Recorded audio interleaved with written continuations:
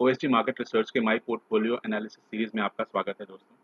इस सीरीज में हम उन स्टॉक्स को लेंगे जिन जो स्टॉक्स आप लोगों ने हमें भेजे हैं और उन स्टॉक्स का टेक्निकल और फंडामेंटल एनालिसिस करने की कोशिश करेंगे। आगे का वीडियो देखने से पहले ये डिस्क्लेमर आप लोगों के लिए पढ़ना ज़रूरी है।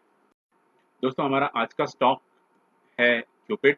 बहुत बढ़िया स्टॉक है और इसका बिजनेस डीलिंग जो है वो marketing and manufacture of rubber products में है। इसकी ज़्यादा डिटेल जो है वो आप इनकी वेबसाइट पे जाके देख सकते हैं। फंडामेंटली इस कंपनी की बहुत सारी इन्फॉर्मेशन जो है वो स्क्रीनर पे तो अवेलेबल नहीं दिखाई दी मुझे, बट अगर इसके सेल्स देखें हम लोग क्वार्टरली, तो सेल्स जो हैं वो इसके बढ़े हुए हैं। ऑपरेटिंग प्रॉफिट मार्जिन जो है वो ऑपरेटिंग प्रॉफिट भी ठीक ठाक है और नेट प्रॉफिट जो है वो भी सिंगल डिजिट में है। ऑपरेटिंग प्रॉफिट मार्जिन जो है वो 20% एवरेज से ये कम होके एवरेज 15 to 10% आ चुका है। और इसकी टेक्निकल एनालिसिस के ऊपर देखते हैं कि ये स्टॉक जो है वो क्या कहता है।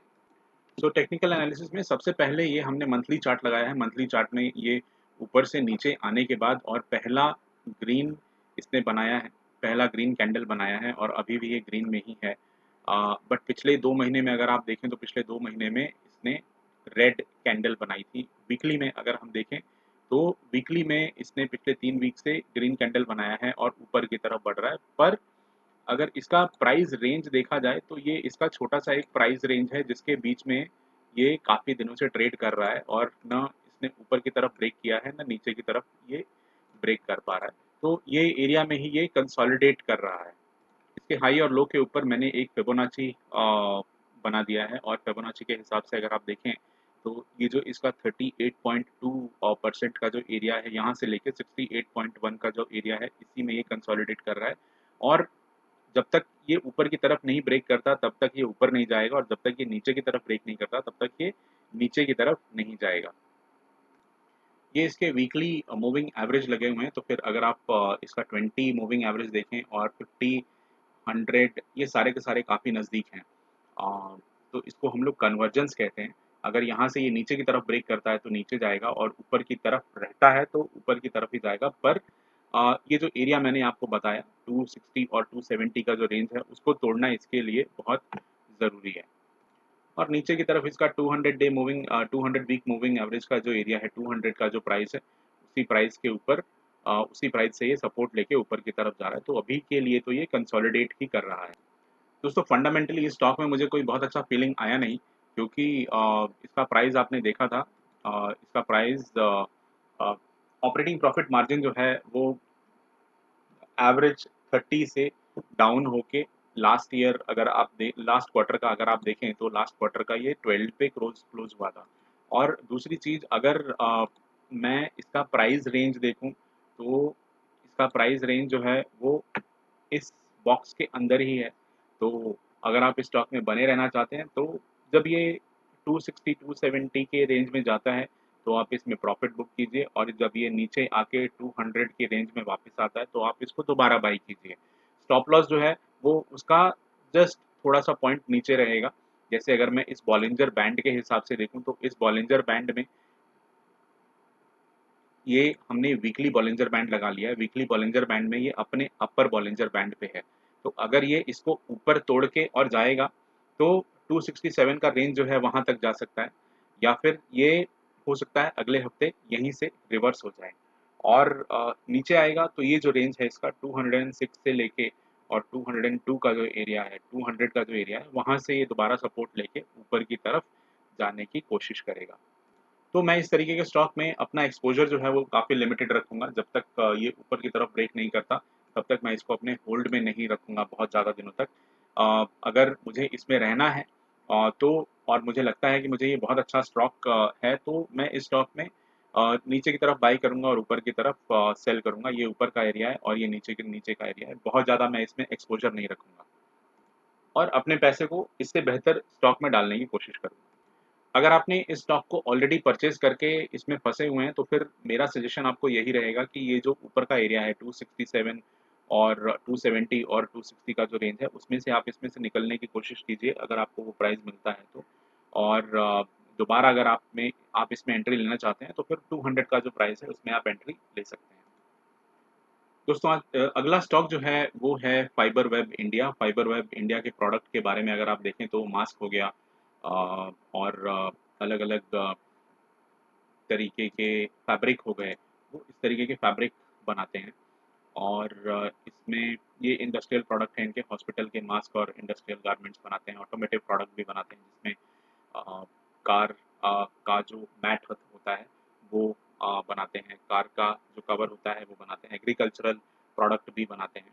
और इसके अलावा कुछ स्ट्रक्चरल इंजीनियरिंग प्रोडक्ट जो हैं वो बनाते हैं, टेक्सटाइल एप्लीकेशंस के प्रोडक्ट जो हैं वो भी बनाते हैं, जैसे आपने हॉस्पिटल्स में इस तरीके के पर्दे बने हुए देखे होंगे। और छोटे-छोटे बैग जो होते हैं, लगेज बैग जो हैं वो आपने देखे होंगे, जैसे टिफ़िन बैग हो गया या फिर और अलग-अलग तरीके के बैग, पिलो कवर हो गया, बेडशीट हो गया, इस तरीके के प्रोडक्ट जो हैं वो ये कंपनी बनाती है। थोड़ा-सा फंडामेंटल एनालिसिस इसका देख लेते हैं, तो फंडामेंटली अगर आप देखें तो इसका जो ओवरऑल सेल्स है वो 64.15 सीआर से ये बढ़ के मार्च 2021 में 107 के करीब हो गया। बट बीच में अगर आप देखें तो मार्च 2018 और मार्च 2019 में इनका प्रोडक्ट काफ़ी बिका था। शायद वो इनिशियल फेज़ था कोरोना का। और उसके बाद अगर आप देखें तो इनका प्रोडक्ट जो है, इनका जो ओवरऑल सेल्स जो है वो कम ही हुआ है। ऑपरेटिंग प्रॉफिट मार्जिन जो है वो इनका डबल डिजिट है, ठीक-ठाक लग रहा है।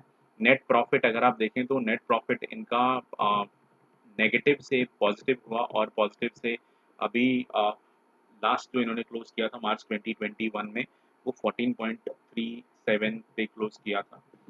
और क्वार्टरली अगर हम इसकी डिटेल देखें तो क्वार्टरली में जो इनका सेल्स है वो to a larger extent consistent ही है। ऑपरेटिंग प्रॉफिट मार्जिन जो है वो सिंगल डिजिट में है। नेट प्रॉफिट जो है वो भी सिंगल डिजिट में है। ऑपरेटिंग प्रॉफिट मार्जिन इनका डबल डिजिट में है। बैलेंस शीट पे जाके देखें तो बैलेंस शीट में इनका ओवरऑल इक्विटी शेयर कैपिटल काफ़ी डाइल्यूट हुआ है। 10.99, 12.6, 13.3, 28.79, तो ये 28.79 पे कंसिस्टेंट है। शायद इस टाइम पे इन्होंने अपना आईपीओ रेज किया था या क्या रीज़न है वो इसमें और डिटेल में जाके देखना पड़ेगा। रिजर्व अगर आप देखें तो रिजर्व इनका नेगेटिव से पॉजिटिव में आया है। बोरोइंग जो है वो इनकी कुछ खास दिख नहीं रही है। लायबिलिटीज़ जो हैं वो इनकी थोड़ी-सी बढ़ी हैं। और रिटर्न ऑन कैपिटल अगर आप देखें तो रिटर्न ऑन कैपिटल इनका डबल डिजिट से सिंगल डिजिट में आया है। और रिटर्न ऑन कैपिटल एम्प्लॉयड अगर आप देखें तो वो भी ऑन एन एवरेज 22 से 9 और 12 हो चुका है, जो कि बहुत बढ़िया नहीं है। इस स्टॉक में एक अच्छी चीज़ ये देखने की मिलती है कि इनका जो डेट है वो कुछ भी नहीं है। दूसरी चीज़ प्रमोटर होल्डिंग अगर आप देखें तो 45.8 और 46.26, 46.33 यहाँ पे ये कंसिस्टेंट है। एफआईआई होल्डिंग बिल्कुल भी नहीं है। डीआईआई होल्डिंग जो है, डीआईआईज़ ने अपनी होल्डिंग जो है वो काफ़ी कम की है और पब्लिक की होल्डिंग इस स्टॉक में बढ़ी है। टेक्निकली अगर आप इस स्टॉक को देखें तो ये स्टॉक जो है वो 51 और 52.5 का हाई बनाने के बाद अपने आईपीओ लो की तरफ, अपने फर्स्ट मंथ के लो की तरफ बढ़ रहा है। और रिसेंटली 40.5 का इसने लो बनाया है। पिछले 4 या 5 वीक से अगर आप देखें तो वीकली ये कंसिस्टेंटली लो ही बना रहा है। इसने बीच में कभी भी एक ग्रीन कैंडल नहीं दी। और डेली चार्ट पे अगर हम आके देखें तो डेली चार्ट पे भी ये ऊपर से नीचे की तरफ लो ही बनाता जा रहा है और ये एरिया में आके ये रुका हुआ है। दोस्तों एक बहुत इंपॉर्टेंट कॉन्सेप्ट होता है कि कोई भी स्टॉक अगर अपने आईपीओ ओपन के लो के नीचे अगर ट्रेड कर रहा है तो वो स्टॉक बढ़िया नहीं माना जाता है। इस स्टॉक में अगर आप देखें तो इसका आईपीओ जब आया था तो उसका उसने डोजी बनाया, डोजी बनाने के बाद आईपीओ का हाई जो है वो उसने क्रॉस नहीं किया और उसके बाद से वो लो ही बनाता गया।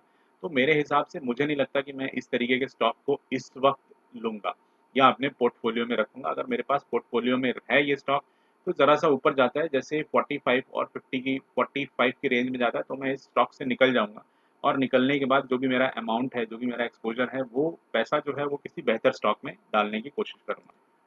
अगर किसी ट्रेडर को या इन्वेस्टर को ऐसा लगता है कि नहीं इस स्टॉक में काफ़ी पोटेंशियल है और ये आगे आने वाले टाइम पे ऊपर जा सकता है, तो ये जो इसका लो बना है 40 का, इस 40 के लो पे लो को आप स्टॉप लॉस रखिए। ये जो लो है इसको इस लो को आप स्टॉप लॉस रखिए और इस यहाँ से आप इसको ऊपर की तरफ इसका जो भी एक्सपोज़र है वो आप देख सकते हैं। और हेनिकेनाशी चार्ट लगाइए। हेनिकेनाशी चार्ट लगाने के बाद जब तक ये ग्रीन में रहता है तब तक आप उसमें रहिए। जब ये डेली चार्ट पे रेड में आ जाता है तो आप उसमें से निकल जाइए, प्रॉफ़िट बुक कीजिए।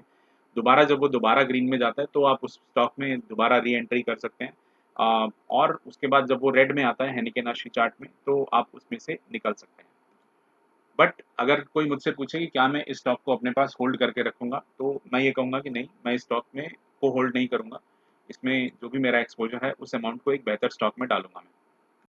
आप हमारा टेलीग्राम चैनल जॉइन कर सकते हैं, ओएसजी मार्केट रिसर्च इंडिया हमारे टेलीग्राम चैनल का नाम है।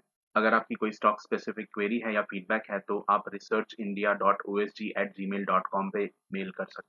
स्टॉक स्पेसिफिक क्वेरी के लिए आप गूगल सर्वे लिंक के ऊपर भी अपना डिटेल भेज सकते हैं, जिसमें आपको एक स्क्रीनशॉट अपलोड करने का भी ऑप्शन मिलता है। अगर आपके पास डीमैट और ट्रेडिंग अकाउंट नहीं है और आप नया अकाउंट ओपन करना चाहते हैं, तो अपस्टॉक्स में आप अपना अकाउंट ओपन कर सकते हैं।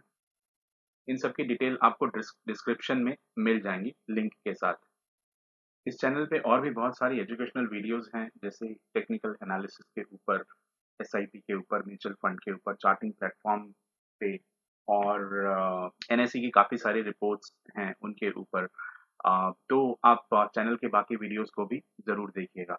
अगर आपको इस वीडियो में कोई लर्निंग मिली है, तो हमारे चैनल को अपने दोस्तों के साथ, फैमिली मेंबर्स के साथ ज़रूर शेयर कीजिए और चैनल को सब्सक्राइब कीजिए ताकि आगे आने वाले वीडियोज़ जो हैं, वो आप मिस ना करें।